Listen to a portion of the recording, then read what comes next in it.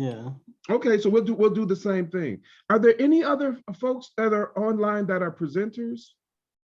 I want to make sure if there's any last minute changes, because I encouraged them too, if they had other papers that they needed a home for, that you all were very welcoming. That's okay. Well, then let's begin then. So our first, so welcome everyone to the to our panel on identity, migration, and policy within and beyond borders. We've lost some papers to a variety of reasons, but we have two excellent papers that are going to be presented in our session here. So we're just going to begin with the first paper from Dr. Nita Plummer of Howard University, and it's called Indebtedness, Kenyan Political Mobilization in Response to China's Development Finance. So Dr. Plummer, if you would. Great, thank you so much. I'm really honored to be here. This is the first time that I have been able to workshop. This is a chapter that's a part of a larger manuscript. So I really welcome any comments, any feedback. So the project looks at Kenyan discourses related to China's interventions in their country using different case studies. So today's presentation will focus on debt and the issue of Chinese developmental finance. The chapter looks at four different foci. I only have time to really get into one, unfortunately, of the four, but I will circulate it. If you're interested in reading the entire piece, I'll just email me and I'll circulate it.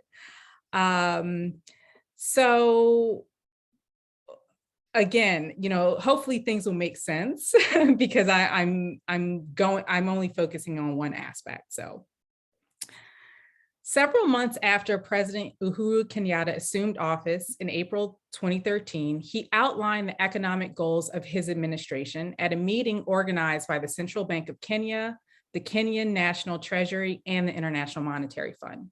He stated that he wanted to, quote, set off an industrial revolution through investments in road and rail networks, thereby propelling Kenya to middle income status, extending its historical position as a critical site of transportation, regional trade, and agricultural production in East Africa, and making it, quote, Africa's gateway manufacturing and technology hub.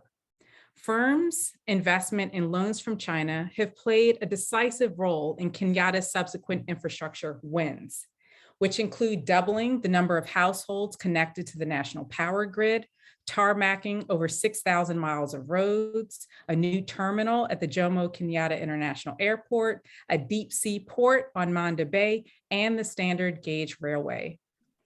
However, the street level perception is that these infrastructure projects have come at too high a cost to Kenyan taxpayers. It is not only the debt that burdens ordinary people, but also the prospect that external loans are letting government officials and well-connected individuals loot Kenya's wealth and resources. This paper examines four aspects of China's role in infrastructure financing in Kenya. If you can just give me 1 second. I'm having a bit of a tech issue. I'm sorry.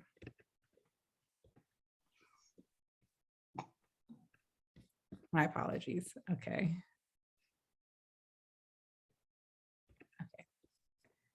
Today, I will focus on one, popular Kenyan discourse on Chinese finance and the strategies and arguments used by street-level actors who have exercised agency and power in shifting China's lending model in Kenya.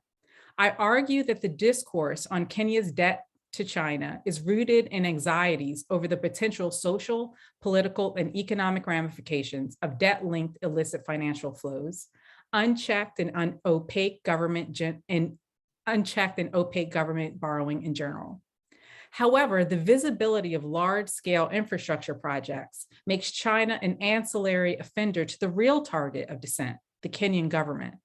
The dissent is rooted in uncertainties over what sacrifices ordinary people will make to service its debts, and what will happen if Kenya defaults on its loans owed to China. The debate over whether infrastructure should be financed using public funds, public-private partnerships, bonds, or loans has been the topic of art and discussion in Kenya. However, unsurprisingly, the discussions on Kenya's debt burden and the risks and potential benefits it will have on the nation's development have spilled over into the popular street-level discourse. I situate this discussion exclusively within Kenyan discourse and not Western-centered narratives that extract politically salient threads that weave together a familiar story of Africa's defiance or desperation being the motivational force behind borrowing. So by way of context, President Uhuru Kenyatta's predecessor, Mwai Kibaki, achieved Kenya's lowest debt levels in the era after structural adjustment.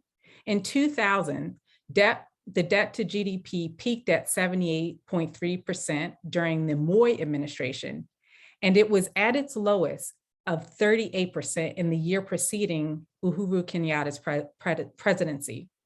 In the period following structural adjustment, the government attempted to enact and enforce anti-corruption reforms to repair the image of Kenyan institutions in the eyes of international creditors. But in practice, laws did not strengthen governance nor development.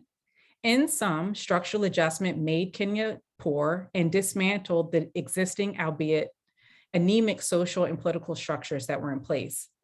This experience provides a point of reference for present-day conversations on debt. The percentage of external debt to GDP has been one of the data points often cited in the Kenyan press, and it has ignited conversations about debt distress, debt servicing costs, debt affordability, the debt ceiling, and opacity and mismanagement. These are complex issues that have circulated in the public discourse and in some cases have been misunderstood or exploited by actors participating in these conversations.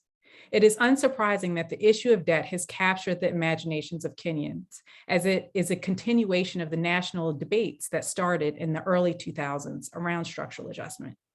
Kenyatta entered office in 2013, and since then, Kenya's total public debt has more than tripled. Economists, activists, and politicians critical of the, quote, borrowing spree argue that Kenyatta's administration is, quote, saddling future generations with debt. Foreign investors, on the other hand, are less concerned about Kenya's rising debt because it is not at risk of a balance of payments crisis. This is according to the IMF and World Bank. Kenya's public debt is cumulative, and the portfolio includes loans taken out by previous administrations.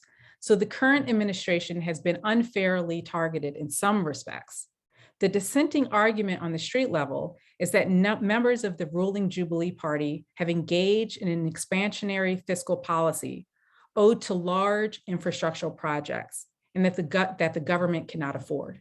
Administration officials contend that the financing of flagship infrastructure projects like the Standard Gauge Railway or the port in Nanda Bay is a public investment that will boost growth and benefit the common good of the nation. Kenya, however, is not the exception. It's part of a larger borrowing trend across sub-Saharan Africa. So the median debt level ratio as a percent of GDP in sub-Saharan Africa has risen from 31% in 2012 to 53% in 2017. And that's largely because of Chinese financing. So even though I'm focusing on Kenya here, we do see these trends elsewhere. So the first case I want to look at was taken from a hashtag that was popular on Kenyan social media channels, hashtag CAPGOK, or Government of Kenya Borrowing. So on one hand, governments are advised to live within their means, and on the other, leaders are navigating a globalized commercial and financial system that encourages developing countries to create attractive business environments for foreign investors. To do so, the Kenyan government has opted for investments in education and energy, transport, and information communication technology infrastructure, which are the second and third highest expenditures after the highest line item budgets in 2019 and 2020. The highest line item budget was for the administrative costs of the executive branch, which tends to be buried when you look at government documents that examine how money is being spent. Domestically, the Kenyan government expects that these types of investments will attract business and increase employment in the formal sector. So far, the data does not show that large investments in infrastructure are increasing increasing private investment and raising revenues from imports. Furthermore, agricultural output has declined, and the service sector has become the main driver of growth in the country. In 2019, Parliament raised Kenya's debt ceiling, the limit that a government places on the amount of debt it can carry, to $87 billion US, which is about the size of the Kenyan economy. This expands the threshold from the previous cap of 50% of GDP. The Treasury risks canceling projects and cutting back on the budget if the ceiling was not raised. The government stated that the increase was also necessary to refinance more expensive debt on the books and to shift to external creditors because its reliance on domestic creditors limited local private firms from borrowing. The tendency has also been for new and existing investors to raise interest on countries that take on too much debt. Thus, new loans that the Kenyan government are taking out become costlier. Treasury Cabinet Secretary Ukur Yatani revealed that if the debt ceiling had not been raised so that the country could borrow more, Kenya would have not met its debt obligations. The issue of Kenya's debt management strategy was raised in a series of articles and op-eds in the Kenyan press, repeating the mantra, live within your means. So the port takeover. So this was a very popular case in 2018 that garnered a lot of attention in Kenya, in the Kenyan press, and it was an extension of the hashtag #CapGOK borrowing. So at the end of 2018, a story circulated in a local paper and then quickly spread on Twitter that a leaked 2013 government report indicated that Kenyan authorities will lose its sovereign immunity to the Mombasa port if they defaulted on the standard gauge railway loan. The Chinese Foreign Ministry swiftly refuted the claim that Kenya was at risk of a port takeover if the government failed to pay on the railway loan. The report was leaked from the Auditor General's office, and according to the Daily Nation, the Auditor General did not confirm nor deny the report's authenticity, which affirmed already simmering anxieties about the lack of transparency in state-level agreements between Kenya and China. A report by investigative journalist Edwin Okoth also indicated that the SGR deal also, quote, compelled Kenya to import goods, technology, and services from China. The contract purportedly signed by the National Cabinet Secretary, Henry Rhotish, who was ousted because of corruption, which I talk about also in this chapter, but I don't have time to talk about here, and the chair and president of China's Import-Export Bank.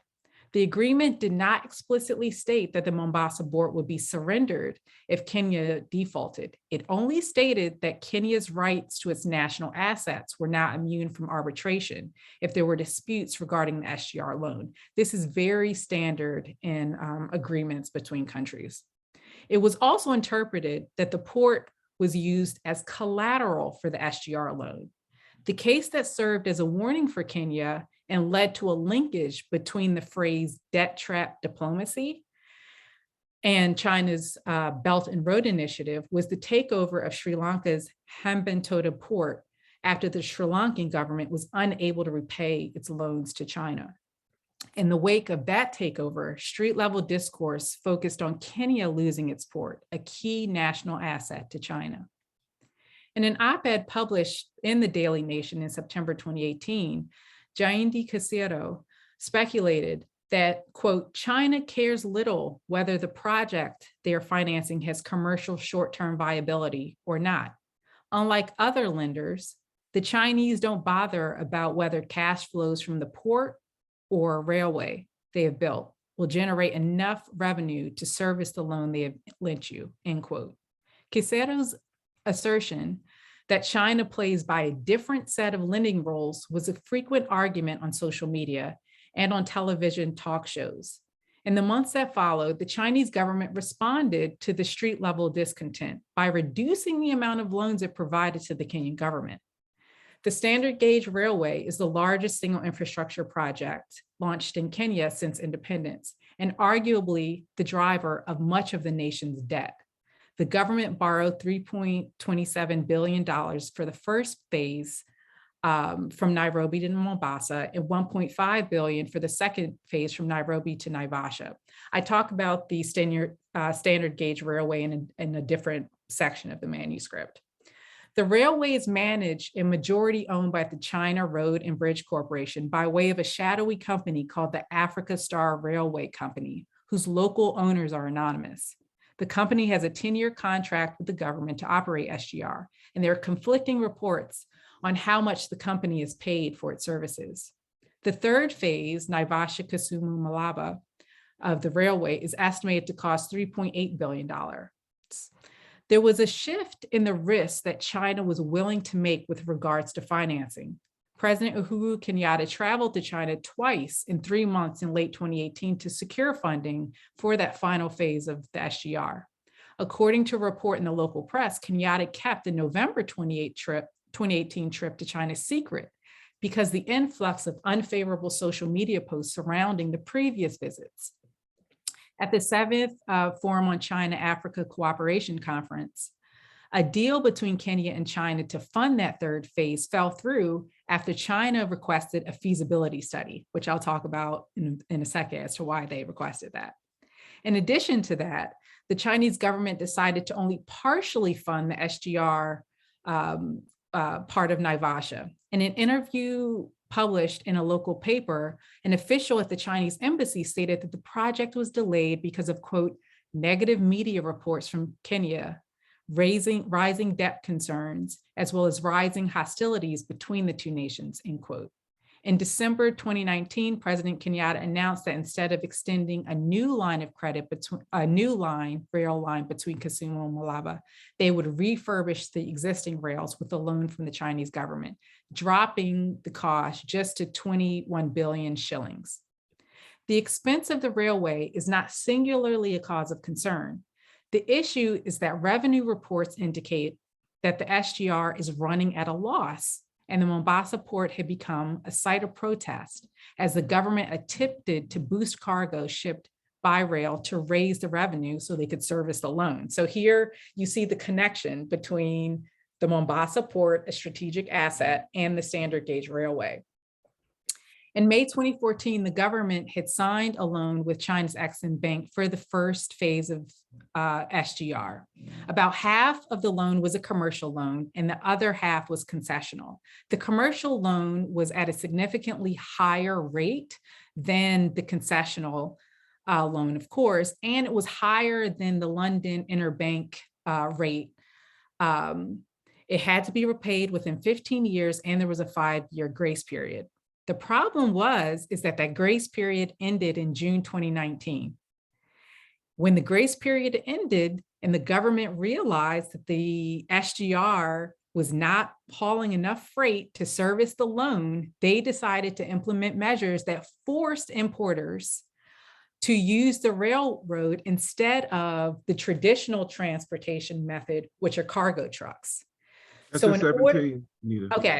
So in order to lure importers into using the railway as opposed to transport cargo, they offered a promotional tariff.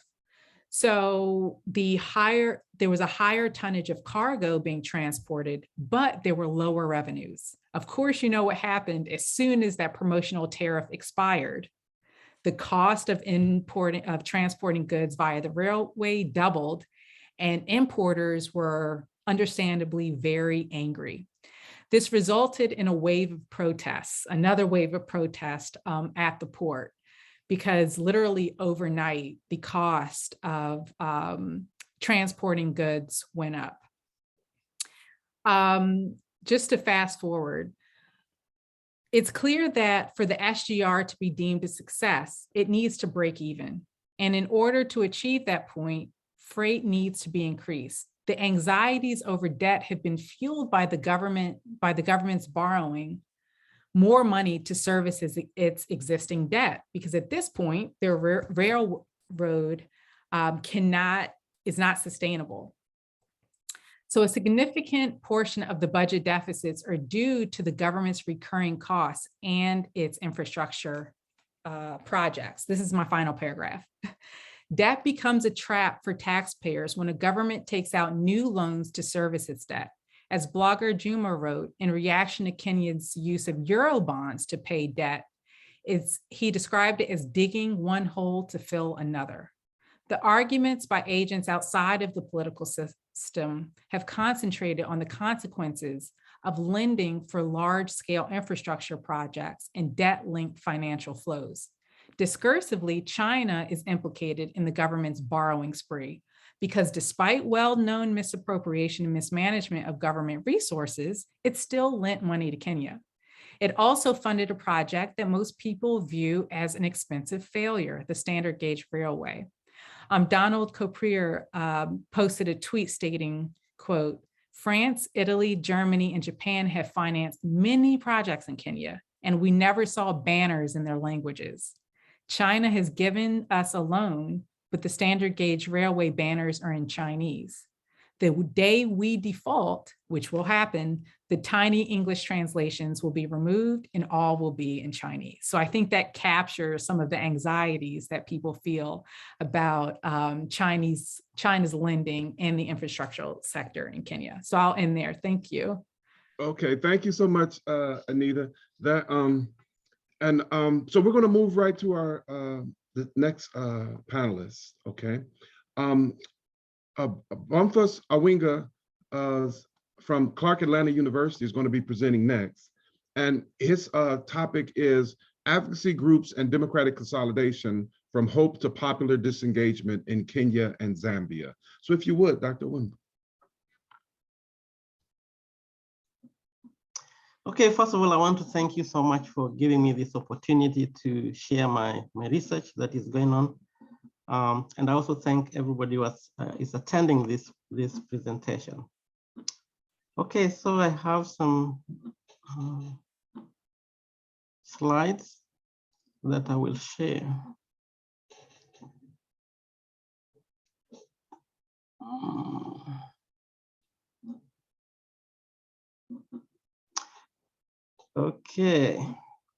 Okay, so a way of introduction, I just want to give a background to my research so that you can understand where I'm coming from with this research.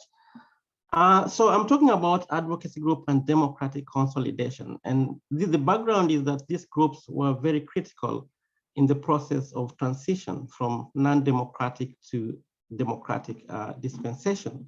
So these groups, first of all, acted as what we've known to refer to as pressure from below in terms of the process of democratic transition.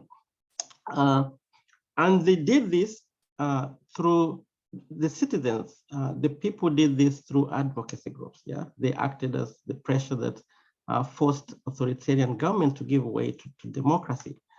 And the second point I want to make here that advocacy groups get their legitimacy from the membership of citizens in these groups, but also from support from citizens, okay?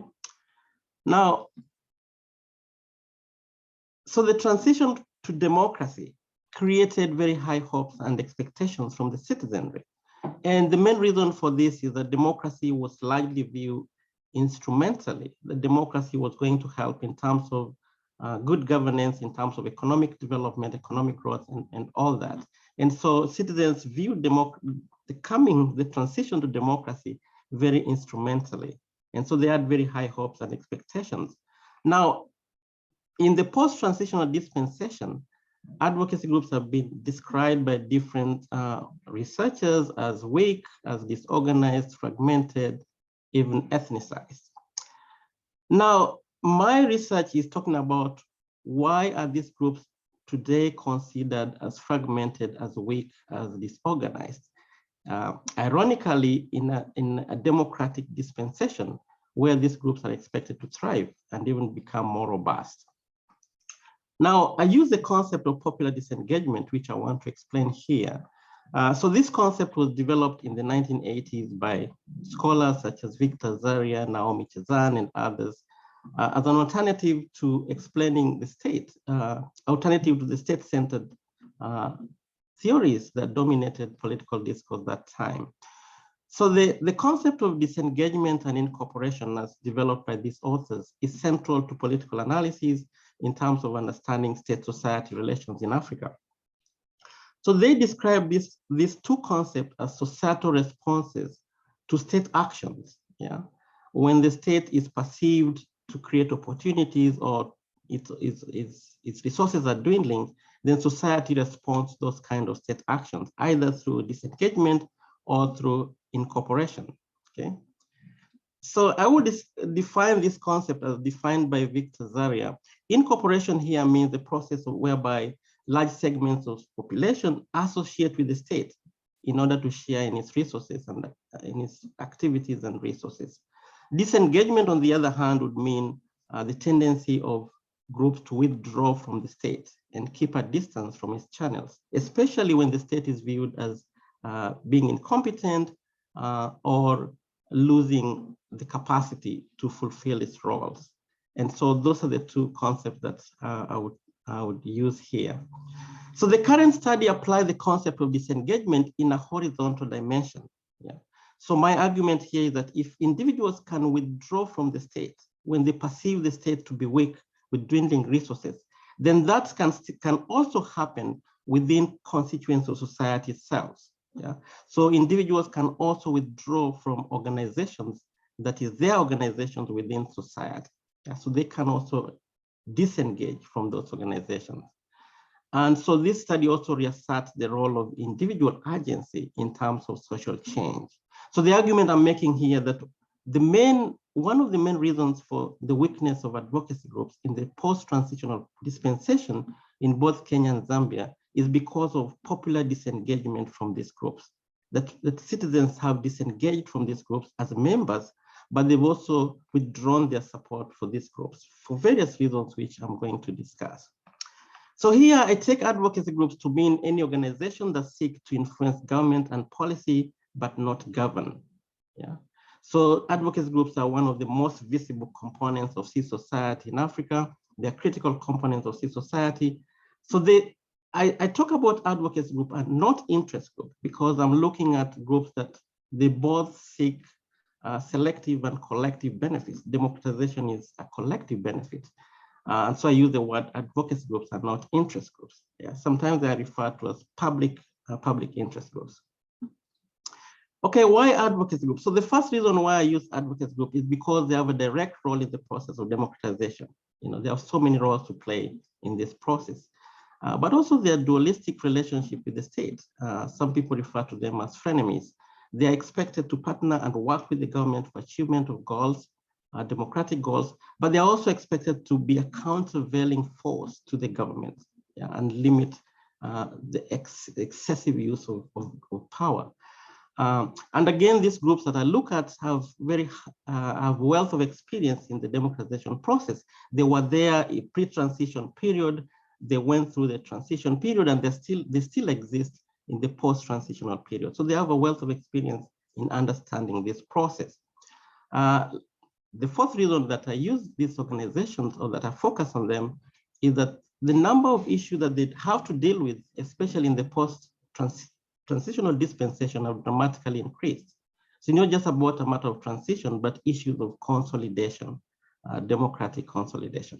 Okay.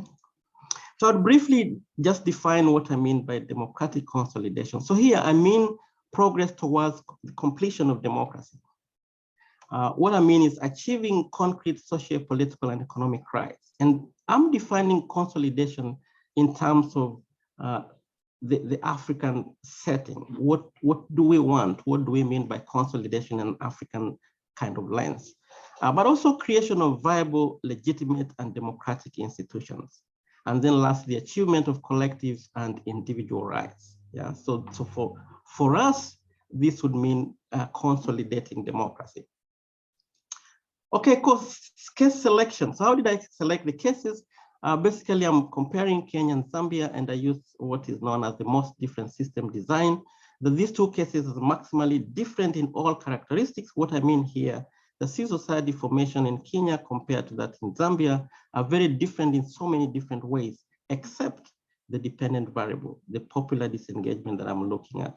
So they are different organizationally. In Zambia, the civil society is led by the trade union. In Kenya, the civil society is led by the National Church Council of Churches of Kenya. And so the approach to engaging the government are very different. Materially, in Kenya, the organizations are relatively well-resourced compared to Zambia. Ideologically, obviously, the Zambians focus on economic rights. Mostly in Kenya, they focus on human rights. And then numerically, there are so many organizations in Kenya compared to Zambia. And I give those statistics in the paper. Okay, so methodology, I use a comparative qualitative approach. I use semi-structured in-depth personal interviews with a lot of different groups of people, both in Zambia and Kenya. And I call my approach experiential approach because these people are sharing their experiences for a long period of time, pre-transition to the post-transitional period. And then I also use a lot of existing data, secondary data from the literature. Okay, so what about the findings? So first of all, I look at the nature of popular disengagement. So what is the nature of this disengagement, which I call horizontal disengagement? Yeah. So this is very different from the vertical disengagement where you look at state-society relations. I'm looking at disengagement from advocacy groups. Yeah. Okay, the nature, first of all, the nature of popular disengagement I look at the macro scale factors. Yeah. And the first is political and economic disappointment. So when I talk to people in the field, a lot of them are disappointed because of the failure of economic and political reforms in both countries since the transition, that is both Kenya and Zambia. And I go on into explaining how these failures occurred, both in terms of constitutional reforms, political institutions, and also economic development, economic growth and development. Excuse me, Dr. Owenga, are you intending to advance your slides or are you having difficulty with advancing your slides? No, it's fine, they're moving well. Okay, okay. Okay, so the second macroeconomic factor that I look at is the availability of the strategy of disengagement. So I view disengagement as an easier option that offers immediate relief to citizens. They can easily pull out of advocacy groups without any sanctions. Disengagement is also within reach and low in resource demands.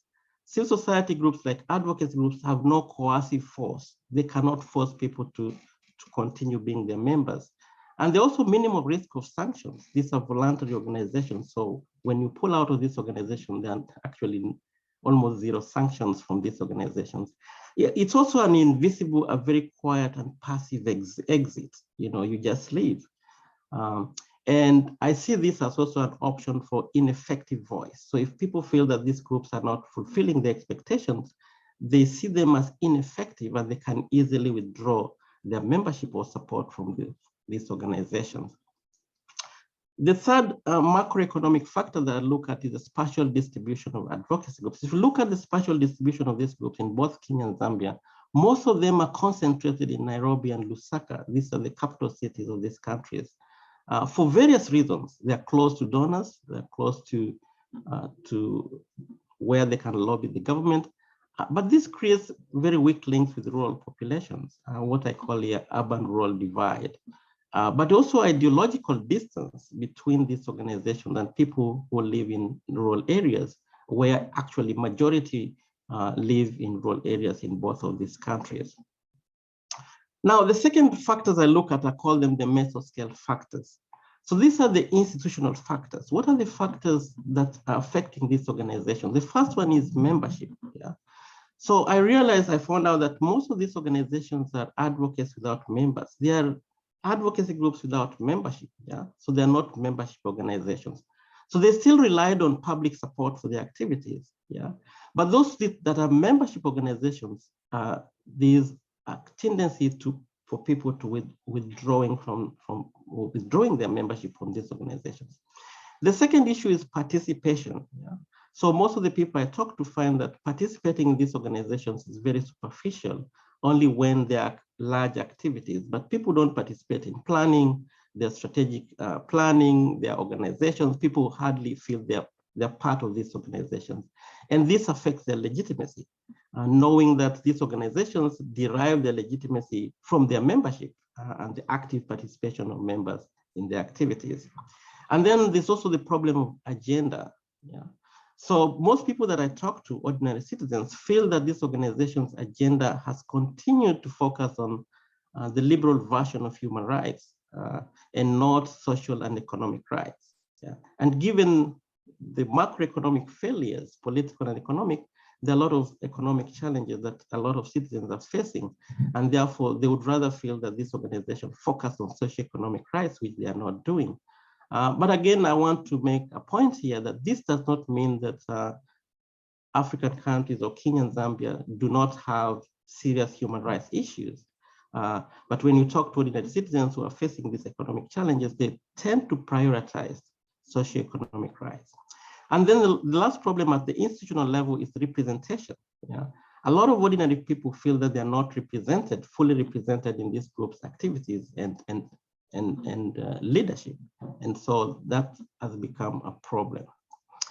The last, I focus on micro-scale factors. So this has to do with individuals and how they participate in advocacy groups.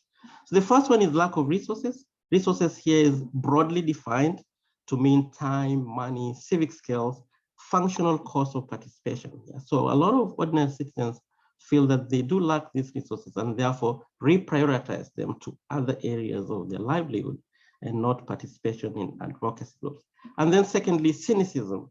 There's a group of citizens that you talk to and they feel that nothing will change. Yeah. So whether they participate or not, they feel that the process of transition has made them feel that nothing will change. Okay. Okay, and now what I look at, another factor I look at is the patterns of popular disengagement. So I look at the nature and now the pattern.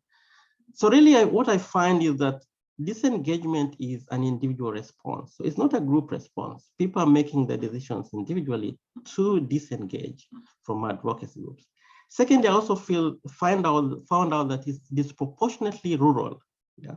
So more rural population are disengaging compared to urban population. And again, one could explain that to the disconnect between advocacy groups and rural population aspirations.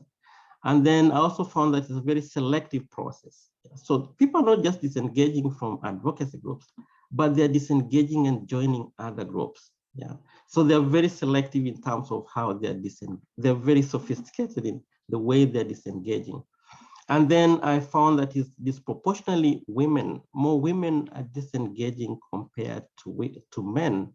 And again, this could be explained by different factors, cultural factors, levels of education, levels of income, and all those factors.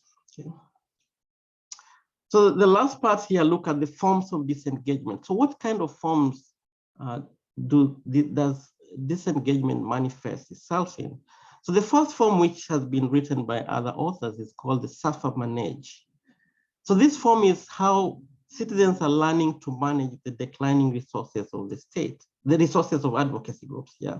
And so most of them are joining self-help organizations, but also the large environment of economic challenges are forcing most people to disengage from advocacy groups and join self-help organizations like microfinance and other organizations.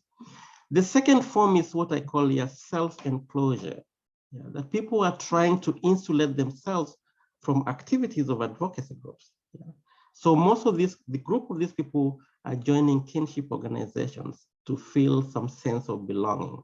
Yeah, so they're distancing themselves from advocacy groups. Okay, so the last part here is what are the implications for democratic consolidation? Yeah. So there are a number of implications now that advocacy groups are losing their membership. One, secondly, they're losing public support. This is affecting their legitimacy, credibility, and capacity to engage the state. Yeah. That's 17 minutes, Dr. Owinga. Yes, I'm almost done. So the second implication here is that they also affect their overall participation in the political process. Research has shown that those who participate in non-governmental organizations are also more likely to participate in broader political processes. And therefore, this withdrawal from advocacy groups is affecting participation in other political areas. And then it also is affecting development of civic skills. This is the social capital approach, that if citizens are not participating in non-profit organizations and advocacy groups, they're losing spaces for development of civic skills, civic norms, values, and political interest.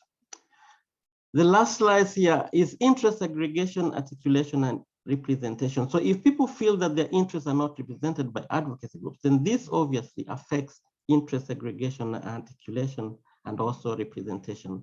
And lastly, public accountability and limitation of the state power. As I argued earlier, advocacy groups are supposed to act as countervailing power to the state. If they don't have legitimacy, credibility, and capacity, then they are not able to play this role effectively. Okay. Okay, thank you so much.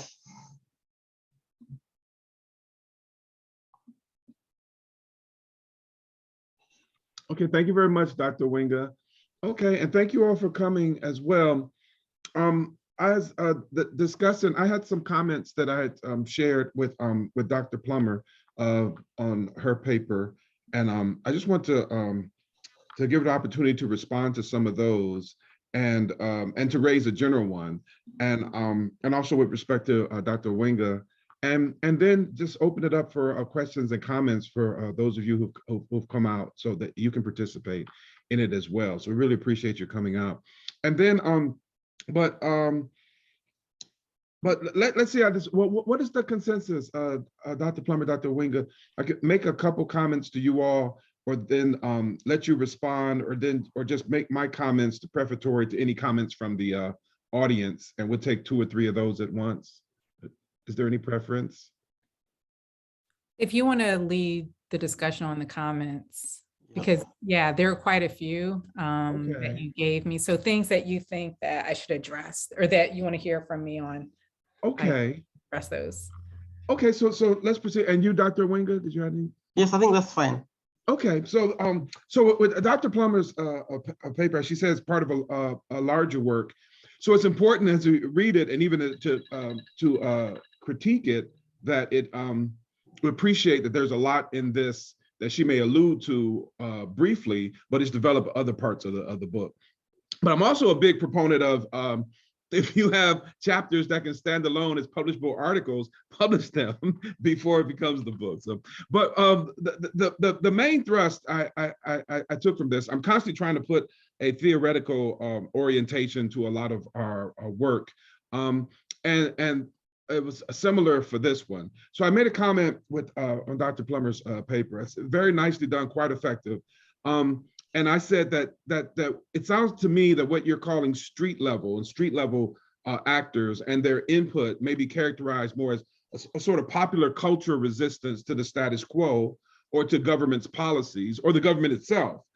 And I argue that this is an example of the use of popular culture. And when I say popular culture, I include technology, so like social media, to affect political economic change and thus social change. And this has been a big part of the discussion with respect to African politics, but it often took more of the pathology model. So it applied to Africa's wars, with the discussion of the use of cell phones in wars, but rarely ever to more developmental aspects of Africa's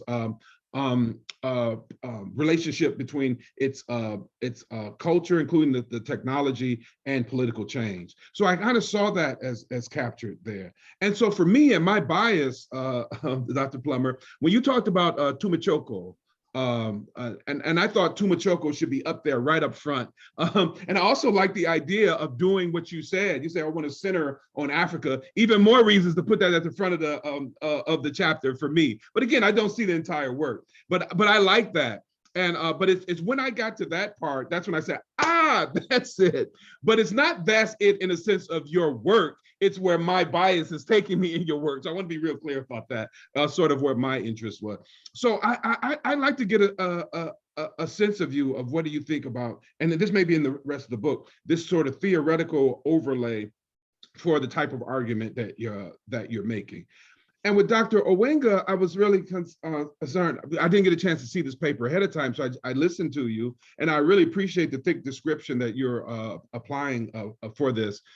But I also want to consider, it seems like the democratization and what some call the second independence movements in Africa, democratization in Zambia and Kenya, they seem to be proceeding at much different paces and with much different orientations. You allude to these as well, but I want to get a better sense of why you incorporate something like disengagement from a focus on the thrust of what's like George's Nzangola Ntalaja called the second independence movement. That it's a new thrust, and the role of these advocacy groups in it. And what place, if you will, Dr. Winger, what place did the advocacy groups take that was taken up by other groups during the first independence movement? What did they fill in of socially, politically, economically? That's what struck me with respect to your work. So if you all respond to those or other points, and then we'll open it up from the for the audience and from the chat. Thank you. Thank you so much for those insightful comments and questions. So in terms of the conceptual framework that I'm using from the book, I'm borrowing from Foucault a little bit and looking at discourse, power, and systems of exclusion, right? So we have state-produced discourse and the tensions between the state-produced discourse and what I think is more appropriately should be called counter discourse and not street level discourse. So I'm happy you pointed that out, because this counter discourse allows us to unpack how people discursively are bringing meaning to what they're observing, how they're deliberating on it using social media as one site of this discourse, and how they're moving from these discursive practices, these shared understandings, to challenging what these state-produced narratives are saying on issues such as debt. Right? So how are people, figuring out what's happening? What's their lived experience with China's interventions on the ground? For this case, looking at debt, and popular culture factors into that. And I really haven't unpacked, because it's outside of my area, because I know with popular culture and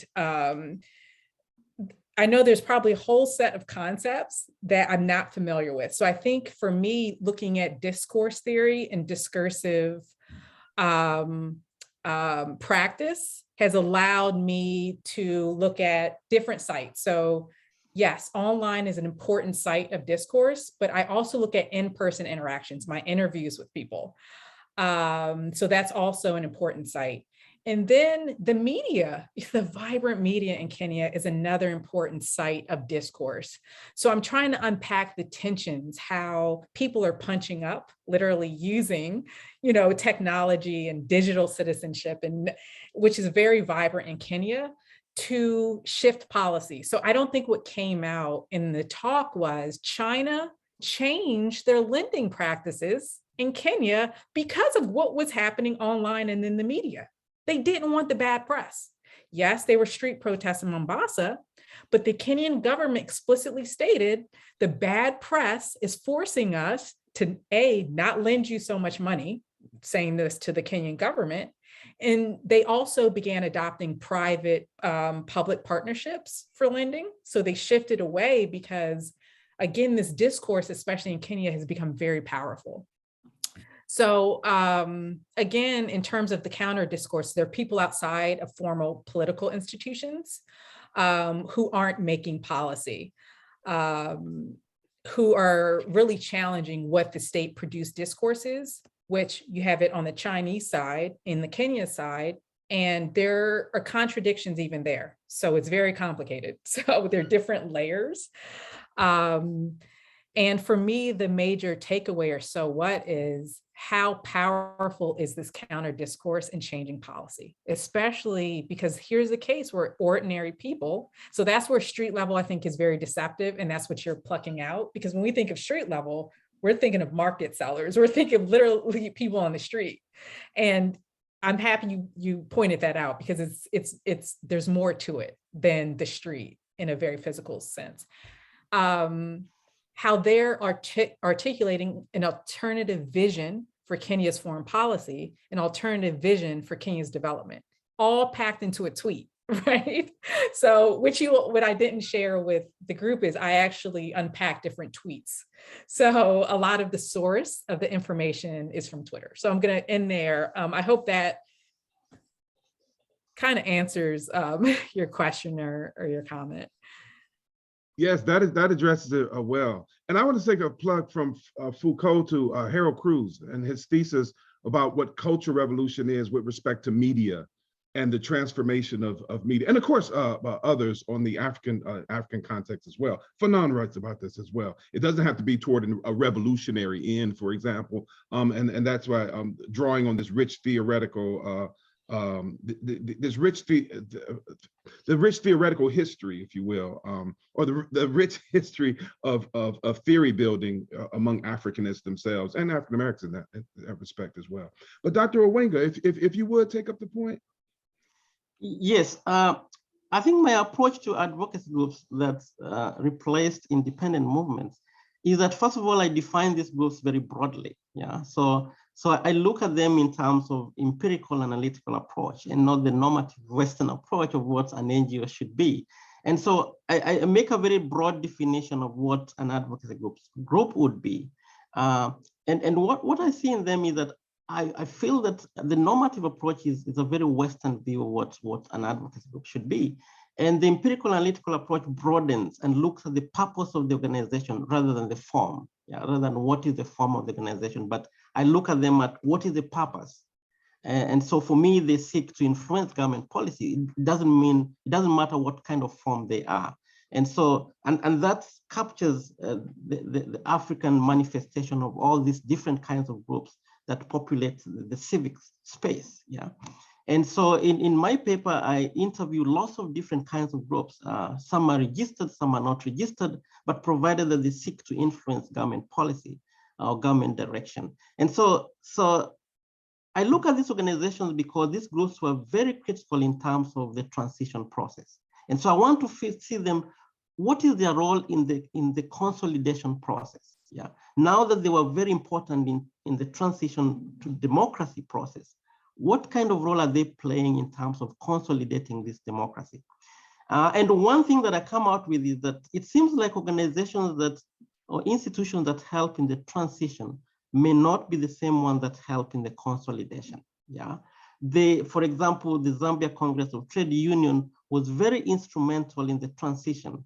But in the consolidation, the organization has almost collapsed given that it became part and parcel of the new government. They saw the transition as their transition. These groups saw these transitions as part of their achievement.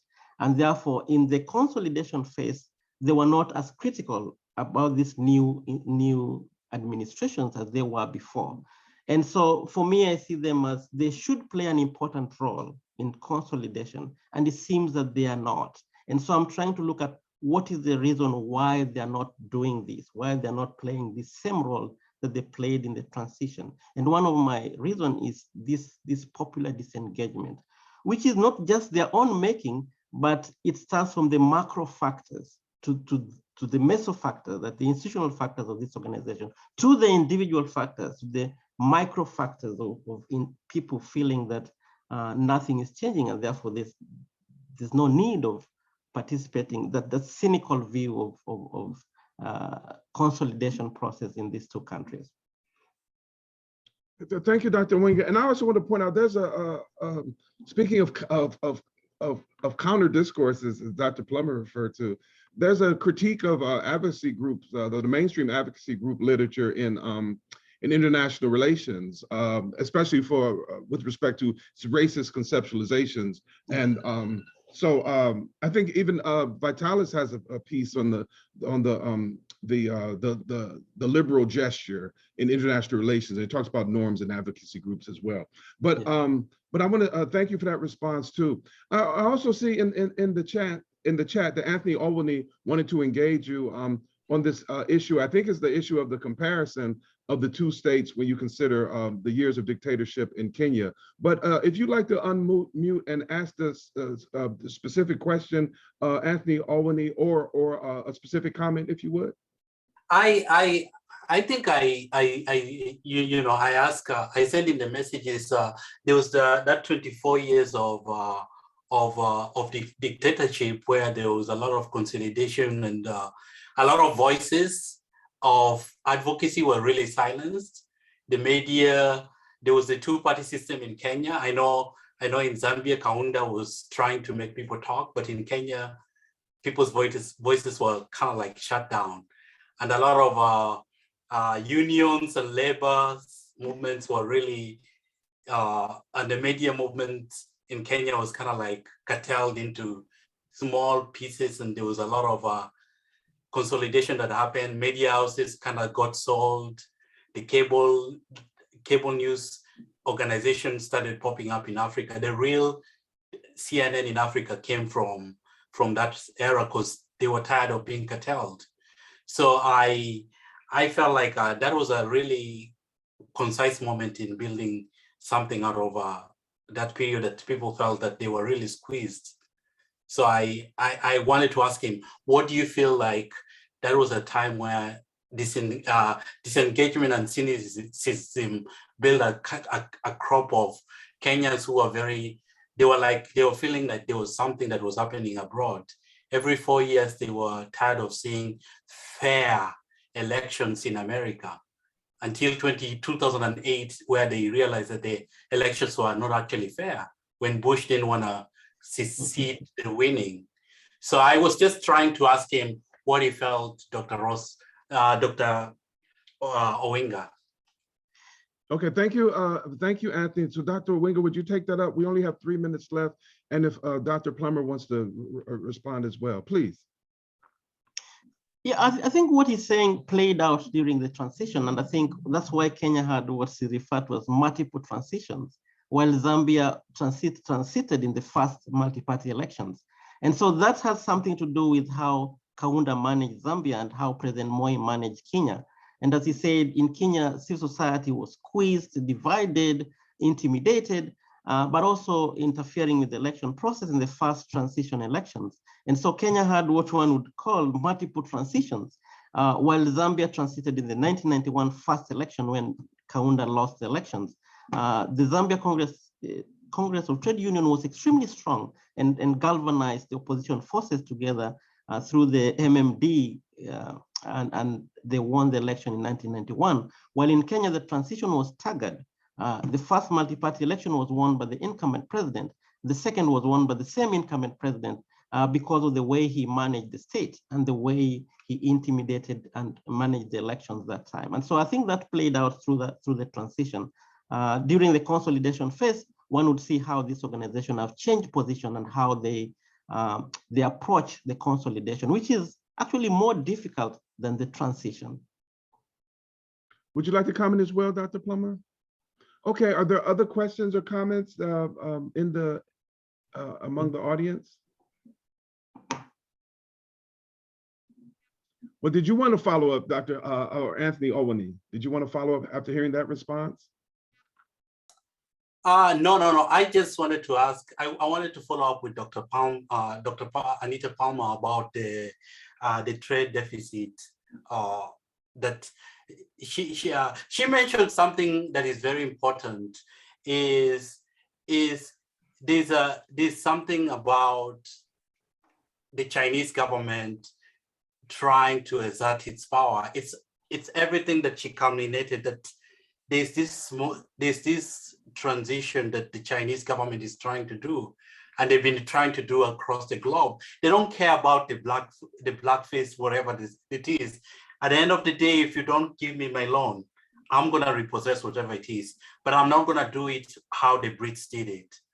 It's I'm not gonna put a blackface. I'm not gonna do everything. I'm just gonna change the stuff into the Chinese caricatures, and that's it.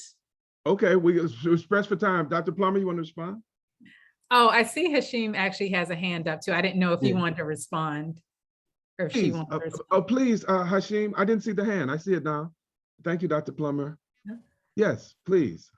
Yes, good afternoon, colleagues. I enjoyed the presentation very much. Good to see you, Errol, and you, Brother Owinga, and everybody else.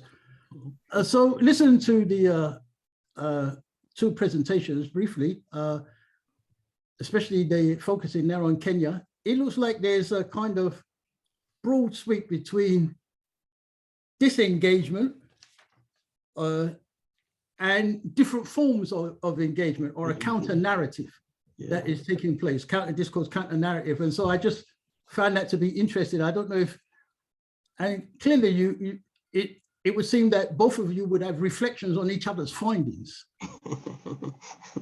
Yeah, there seems to be a bit of a contradiction. I think the type of agency and engagement matters. You know, being engaged online is one thing, it's pretty easy. But being, you know, involved in actual organizational work is a different story, right? So there's only one case in my book in which I look at an organization, an environmental justice organization, that challenged a power project, a coal project in Lamu, Kenya, where that's one rare case in which an organization, actually a coalition of organizations, environmental justice organizations, are challenging here a foreign actor. But I don't know if that actually will fall under the umbrella of an advocacy group or not, to be honest with you. But you're right. Very interesting parallels. Okay, Alicia Hoffman, really quickly. Hold on one second. Yes, I have a question for Dr. Plummer. I enjoyed your paper, and I wanted to ask a question about the FOCAC summit, the last FOCAC summit that was held. Do you think it's possible with that 2030 plan that came forth with FOCAC, where China is trying to work closely, or in their language in 1.3, where they're trying to, I guess, appease the people of Africa and saying that they're going to have closer relationships in helping to build up Kenya and then other countries in Africa? Do you think that that's playing a role with them trying to, I would say trying to appease the people of Africa by putting that language in the FOCAC, the 2030 plan?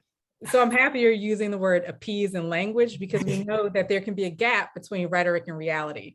And that's, you know, when I look at the state-produced discourses, you know, there are very sophisticated mechanisms that are part of the Chinese state. It's not uniform, that really think about what language they use in terms of crafting the narrative. They don't want to sound paternalistic, but the Chinese have been more responsive, right, than Western powers when it comes to certain things. That doesn't mean that the outcome of these engagements is good for African countries. I'm not saying that, but they're responsive in that, because, you know, there's so much dissent around debt. Now they're saying, oh, you know, we're going to look at these contracts a little bit more closely. We're not just going to give, you know, leaders a checkbook, because a lot of the money disappears too, which is another story. And that's why we now see a shift to private-public partnerships, which is a Western model, right? It's like, what are African governments coming to the table with? So we do see shifts, but people on the ground, I've done research, and, you know, for African people on the ground are very sophisticated. They know that China is seeking resources and they're seeking markets for Chinese-made goods. The question is, how are African governments carrying out policies that generally benefit African publics and not narrowly benefit themselves? So yes, the rhetoric of FOCAC has changed, right? It has changed over time. We don't know the outcome of these policies. So one interesting thing about FOCAC is they'll lay out a whole bunch of, you know, different plans, but we have to look 5 years from now to see what deals actually made it through. So it's like, okay, you're going to promise all these things, but is it actually really going to happen? But we'll see. I'll be curious to know how China responds to the new continental free trade area, for example. Is China willing to negotiate with African countries as a bloc, or do they still want to do it piecemeal? You know, these are all questions, but you've picked up on the right piece, that there's rhetoric out there. But thank you, Dr. Plummer. That'll have to serve as the last word. We're already over time. I don't want to lose my union card. So thank you all for coming out. Thank you, Dr. Plummer. Thank you, Dr. Owinga, all those who asked questions and all those who came out. Thank you very much. Take care. Enjoy the rest of the conference. Thank you. Bye. Thanks.